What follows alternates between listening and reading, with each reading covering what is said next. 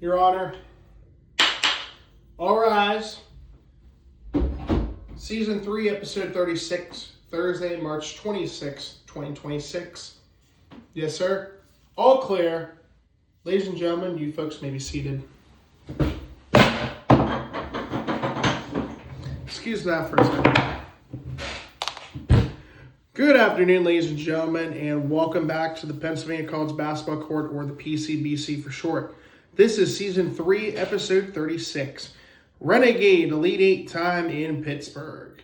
This is our third to last episode for this season of the PCBC, so I hope you guys will tune in for this episode and the final two episodes, which will be Saturday, March 28th, which will be discussing the Final Four matchups, and then the final episode for Season 3, Episode 38. 3 of the PCBC, Episode 38, will be on Tuesday, April 7th, which will conclude, we'll recap the Division II Men's Basketball Championship game, and we'll also be talking about the NCAA March Madness Final Four National Championship game. Both games will be in Indy. Seasons 1 and 2 of my podcast can be found on my Instagram page. If you search my channel, NWS1999, into your search engine bar, you'll find my channel, or also it's at the Honorable Judge Noah. If you haven't yet, please hit the subscribe button while you're at it. And if you go to my plate, go to my link is in my bio for my Instagram and Twitter pages, in which you're able to find my podcast for Seasons 1 and 2. Season 3, if you've missed any episodes, as we're nearing the end, as today marks the third to last episode of Season 3, we'll be including this episode, and all other episodes can be found if you find my channel. Go to playlists. It's the only playlist on there, PCBC Season 3. Next year, I plan to do the same thing as I did this year. All episodes of Season 4 will be found in the playlist that says PCBC Season 4. But for this year, it's Season 3. I'm your host, the Honorable Judge Noah, reporting live from the hometown and main base of the PCBC in Pittsburgh, Pennsylvania. In today's episode, we are recapping the Elite 8 matchups that occurred yesterday on Wednesday, March 25th. And then giving you a preview of the two semifinal or Final Four matchups for Division II. We'll also be talking about the teams that played in the Elite 8 for the women's side as well. We'll also briefly talking about the matchups from last week for March Madness, as we are now down to our Sweet 16 for March Madness, and a lot of these games are coming up tomorrow and Saturday. We'll talk about those games here at the very end. Again, if you've enjoyed this series so far, please hit that like button, leave a comment down below, and of course, do not forget to subscribe so you don't miss out on this podcast, as we're nearing the end of Season 3, and Season 4 will be coming up here in a couple months. I'd say in July or August, when the IEP men's basketball schedule comes out. We'll be back on here for Season 4. All right, let's talk about that, and let's get rocking and rolling. It's Elite 8 time, baby. All right, our first matchup, it is the 3-6 matchup. This was the noon game yesterday. All these games at the UPMC Cooper Fieldhouse, home of Duquesne in downtown Pittsburgh, right across from PBG Paints Arena, home of my favorite hockey team, the Pittsburgh Penguins. All right, here we go. First matchup, Gannon versus Michigan Tech. In the first half, Gannon outscored Michigan Tech 38-21. Second half, Gannon outscored Michigan Tech 37-28 as Gannon cruised to a 26-point win, 75-49. Gannon improves to 32-3, while Michigan Tech drops to 28, finishes their season 28-6. Let me double check that real quick, actually. While we want to confirm all of our stats. Actually, correction, 29-7 was their record for this season. For Michigan Tech, my player of the game goes to Dawson Nordgaard. 21 minutes, he went 4 of 8 from the field and 4 of 5 from the free throw line. He had 4 rebounds, 1 steal for 12 points. And Nate Abell in 37 minutes, 5 rebounds, 4 assists, 1 steal for 11 points.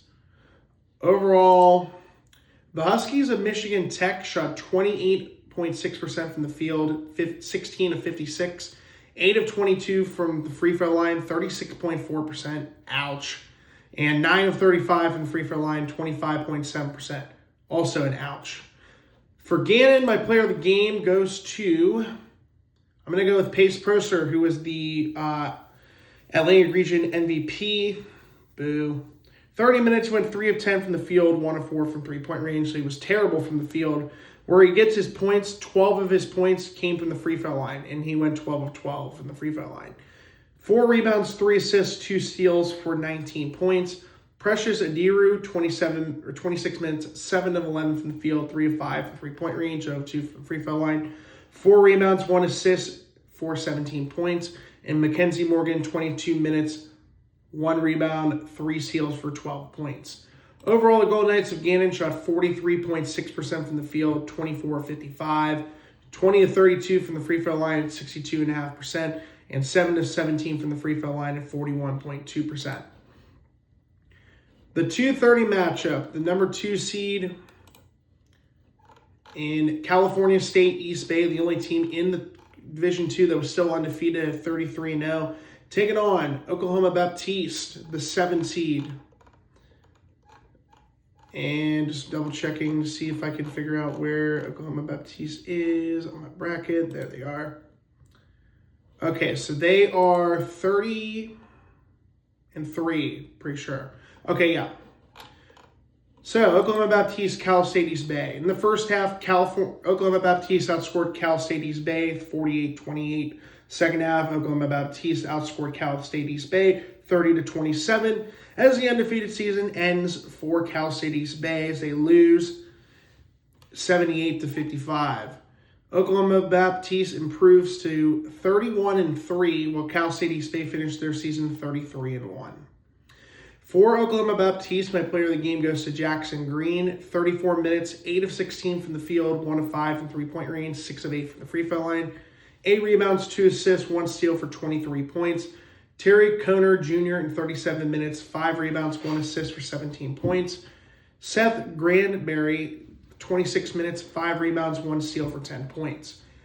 Overall, the Bison of Oklahoma Baptiste shot 40.6% from the field, 28 of 69, 17 of 27 from the free throw line, 63%, 5 of 16 from the free throw line at 31.3%. For Cal State East Bay, my player of the game goes to, let me check. Sorry, taking a second to double check these names, teams, because some of these teams I've never heard of until now. For Cal State East Bay, my player of the game goes to Jaden Bush, who was the only player for Cal State East Bay that had double-digit points. 27 minutes, 7 of 19 from the field, 1 of 3 from three-point range, 2 of 3 from the free throw line, 3 rebounds and 1 block for 17 points. Overall, the Pioneers of Cal State East Bay shot 26% from the floor. Ouch. 20 of 77 from the field. 10 of 16 from the free throw line at 62.5%. 5 of 29 from the free throw line, or three-point range, 17.2%. They got out-rebound 58-45. So, yeah, definitely not a good performance. So, your first of 2 Final Four matchups will be on Friday, tomorrow, 6 p.m. Eastern. Gannon, 3 seed, versus Oklahoma Baptiste, 7 seed. On to the other side of the bracket. Number 1 seed, Nova Southeastern, the defending national champs, taking on Black Hills State. In the first half, Nova Southeastern outscored Black Hills State 40-29. Second half, Black Hills State outscored Nova Southeastern 37-36, but unfortunately, it was not enough because Nova Southeastern wins 76-66. For Nova Southeastern, for Black Hills State, my player of the game goes to B.J. Woodruff. 30 minutes, went 7 of 14 from the field, 5 of 9 from three-point range, 1 rebound, 1 assist for 19 points. Joel Speckman, 18 minutes, 5 rebounds, 3 assists for 10 points. And Jayton Hackley, 32 minutes, 1 rebound, 4 assists, 1 steal for 10 points. Overall, the Yellow Jackets of Black Hill State shot 38.1% or 24 of 63 from the field, 8 of 11 or 72.7% from the free throw line, 10 of 34 or 29.4% from three-point range. For Nova Southeastern, my player of the game goes to Ross Reeves, 40 minutes, 11 of 17 from the field, 1 of 1 from three-point range, 8 of 9 from the free throw line, 6 rebounds, 1 assist for 31 points with 1 block. Dallas Graziani, 40 minutes, 4 rebounds, 3 assists, 3 steals for 12 points. Benton Kaser, 18 minutes, 2 rebounds, 1 steal for 11 points. Jackson Knapp, 36 minutes, 10 rebounds, 3 assists, 1 steal for 13 points, recorded a double-double. Overall, the Sharks of Nova Southeastern shot 36.9% or 24 of 65 from the field, 23 of 34 or 67.7% from the free throw line, and 5 of 16 from the free throw line, from three-point range, 31.3%. And then the 4-5 matchup was Damon versus Lander. Winner of the East versus the winner of the Southeast. In the first half, Damon outscored Lander 39-34. Second half, Lander outscored Damon 43-35 as the Wildcats lose to Lander by a score of 77-74. For Lander, my player of the game goes to Grayson Pritzel, 37 minutes, 7 of 15 from the field, 4 of 9 from three-point range, 2 of 2 from the free throw line, 4 rebounds, 1 assist for 20 points. Navon Macy, something like that. 25 minutes, 4 rebounds, 2 steals for 16 points. Jacob Daniels, 37 minutes, 2 rebounds, 10 assists, 5 steals for 11 points, recorded a double-double. And then Bobby Crawford Jr., 19 minutes, 7 rebounds, 1 assist for 11 points. Overall, the Bearcats of Lander shot 49.2% or 30 of 61 from the field, 8 of 10 or 80% from the free throw line, 9 of 17 or 52.9% from three-point range. For Damon, my player of the game goes to Benjamin Bill, 34 minutes, 12 of 16 from the field, 3 of 5 from three-point range, from the free throw line, 8 rebounds, 3 assists, 3 steals, 3 blocks for 27 points. Zach Filipkowski, 34 minutes, 7 rebounds, 5 assists, 1 block, 1 steal for 12 points. And Justin Glover, 34 minutes, 4 rebounds, 2 assists, 3 steals for 11 points. Overall, the Wildcats of Damon shot 50.8% from the field or 30 of 59, 5 of 12 from the free throw line, 41.7%, and 9 of 23 from three-point range at 39.1%. So the second semifinals matchup will be number 1 Nova Southeastern versus number 5 Lander. That game will be tomorrow at 8:30 Eastern. Oh, I also forgot to mention this. Hold on one second. The NABC All-District teams for this season for Division II. Forgot to mention that. And the coaches of the year. For the Atlantic region, so the NABC is the National Association of Basketball Coaches, announces their Division II All-District teams and district coaches for the year. These were voted by members of the NABC across NCAA Division II in Kansas City. Your first team, Dallas Dillard of IUP, Larry Howell of Fayetteville State, Bryson Lucas of California, Pace Prosser of Gannon, and Trey Simmons of Frostburg State. Second team, Dre Carter from Fairmont State, Baden Ford from Pitt Johnstown, Miles Montgomery from West Liberty, Miles Pierre from Bluefield State, and Dave Waters from Millersville. Co-coaches of the year were Easton Mazzoli from Gannon and Jay Butler of Virginia Union. Other names, Jack Batchelor from Washburn, Dylan Clausen from Washburn, Terry Cunner Jr. from Oklahoma Baptiste, Tamarin Ferguson, Augustina, Lazarus Houston, Central Missouri.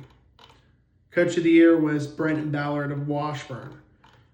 Zach Filipkowski, as I mentioned, from Damon. He was the first team All-East region. Benjamin Bill was second team for Damon. I'm just going to go by the teams that made the Elite Eight. Marcus Tomaszek for the Midwest from Michigan Tech. And to the South, Dallas Graziani, first team for Nova Southeastern, along with Ross Reeves. Coach there was Jim Crutchfield, no surprise there. Black Hill State, Cam Lowe, first team All-South Central. And Jayton Hackley, second team All-South Central. Southeast, if I can remember the team. Lander, Jacob Daniels, all second team South. The West, Tyree Campbell from Cal State East Bay, first team all West region. And I believe he was picked as player of the year for Division II. So congrats to Tyree Campbell. And then their head coach, Brian Rooney, was also nominated. So yeah, another accomplishment for Dallas Dillard. He gets picked as all second team. All right, for the women's quarterfinal matchups yesterday. They were on Tuesday. Games are being played tonight. First game is at 6, and then the second game at 8:30. On Tuesday, IUP defeated Holy Family 57-52 in overtime to advance to their first Final Four since 2019. I forgot to mention Gannon, this was their first appearance in the Final Four since 1987. So congrats to Gannon, and then IUP back in the Final Four. They face against Colorado Mesa, who beat Minnesota Duluth on Tuesday 81-59. And the 8:30 game tonight is Grand Valley State versus the University of Alabama Huntsville. Grand Valley State absolutely destroyed Carson Newman 96-48. And then Alabama Huntsville beat California Poly Pomona 61-53. So IUP advanced to their first national championship game for the women's. I guess we'll wait and see. And then March Madness, last thing we'll talk about. These were the games from Friday. I don't think we got time to talk about this. We'll talk about the Friday games from last week, and then the 16 games from the weekend. And then we'll talk about the matchups for the Sweet 16. The 7-10 matchup in the Midwest region. This game went overtime. This was in St. Louis. Kentucky beat Santa Clara 89-84. 5-12 matchup in the West in Tampa. Texas Tech beat Akron 91-71. The 1-16 matchup, Arizona crushed Long Island 92-58 in San Diego. 3-14 matchup in the Midwest in Philly, Virginia winning 82-73 over Wright State. 2-15 matchup, Iowa State and Tennessee State in St. Louis. Iowa State won 108-74. 4-13 matchup in the Midwest in Tampa, Alabama beating Hofstra 90-70. The 8-9 matchup by boys, Villanova taking on Utah State. Unfortunately, they lost to Utah State. The Aggies won 86-76.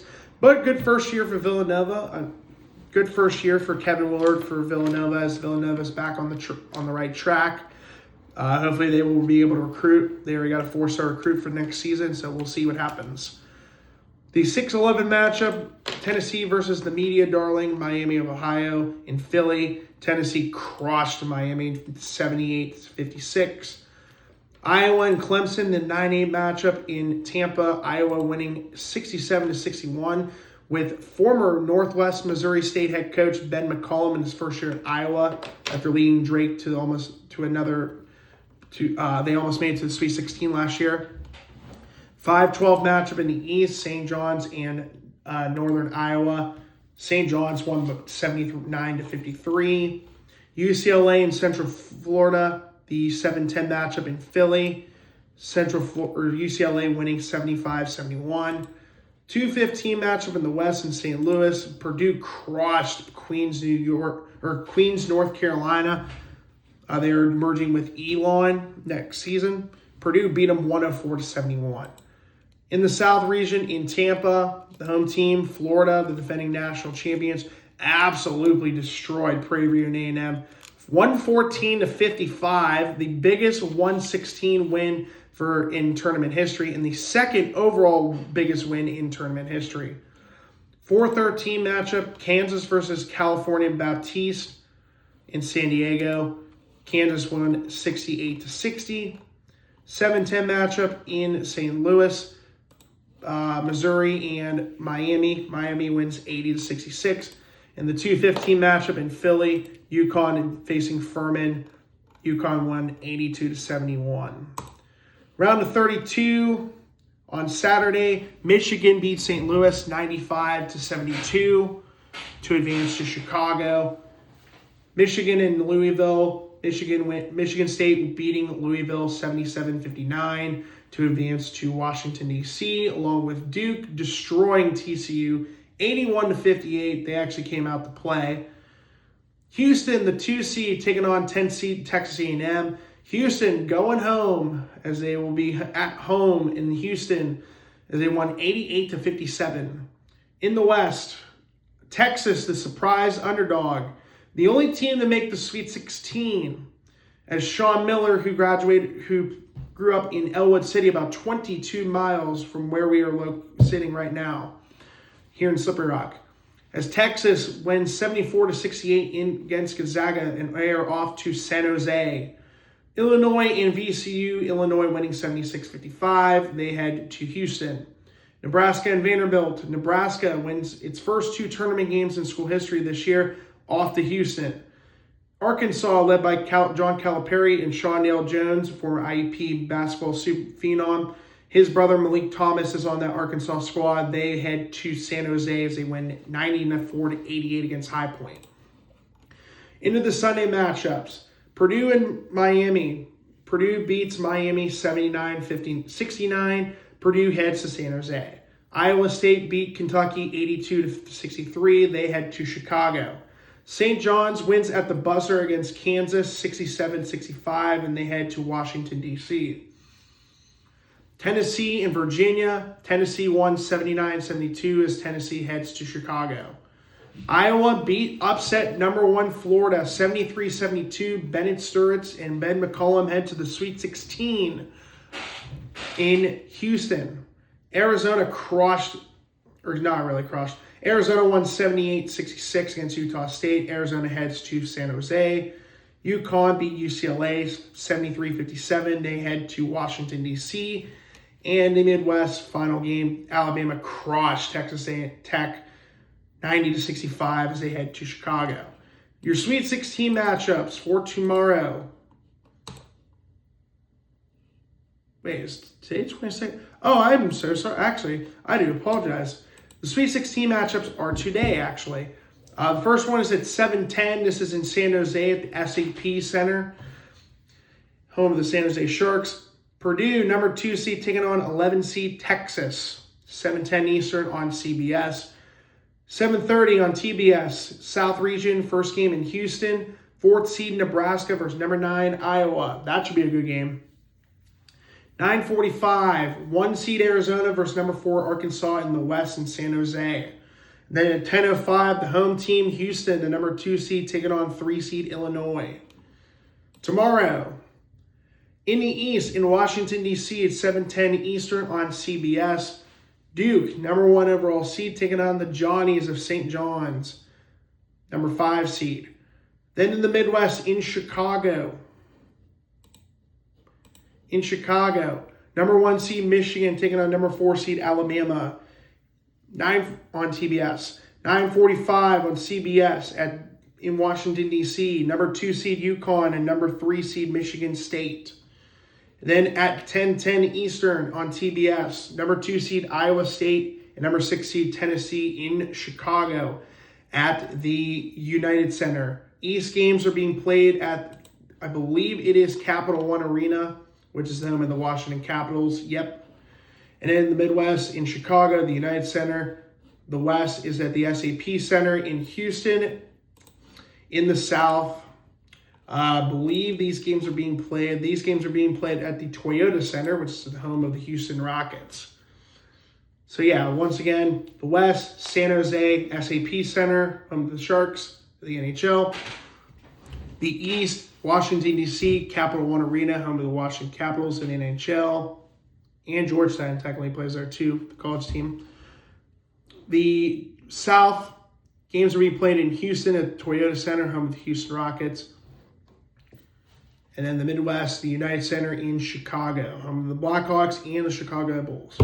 So we'll see what happens when we talk about these next matchups for the Sweet 16. We'll talk about the Elite Eight matchups with 2 of these games coming up on Saturday, which are the winner of, it'll be the South and the West will be playing on Saturday, and then the Midwest and East will be playing on Sunday, March 29th.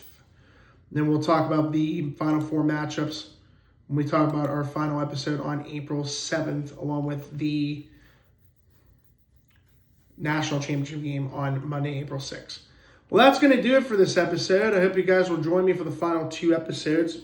The first of them being on Saturday, March 28th. And then the final episode for Season 3 will be on Tuesday, April 7th. Till then, I'm your host, Honorable Judge Noah, reporting live from Pittsburgh, Pennsylvania, saying so long and have a great rest of your Thursday, and we'll see you guys soon. Recess time.